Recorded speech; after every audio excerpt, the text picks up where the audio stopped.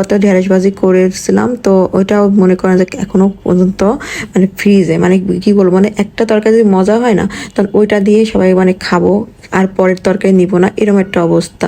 তো আমি একটু ঢেঁড়স ভাজি করি, যেহেতু সবজি থাকলে যেটা হয় মানে রেখে দিতে ইচ্ছা করে না, নষ্ট হয়ে যাওয়ার ভয়ে, তখন মনে হয় যেন রান্না করে ফেলি।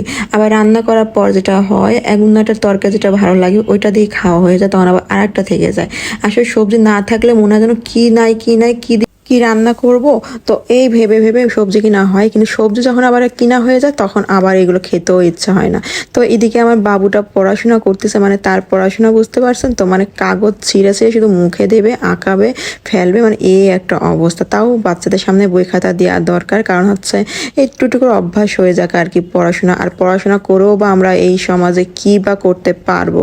আমার তো মনে হয় না কিছু করতে পারবো, কারণ হচ্ছে রবীন্দ্রনাথ ঠাকুর একটা কথা বলছিল না, মূর্খের দেশে আবার কিসের বিশ্ববিদ্যালয়। আসলে সেটা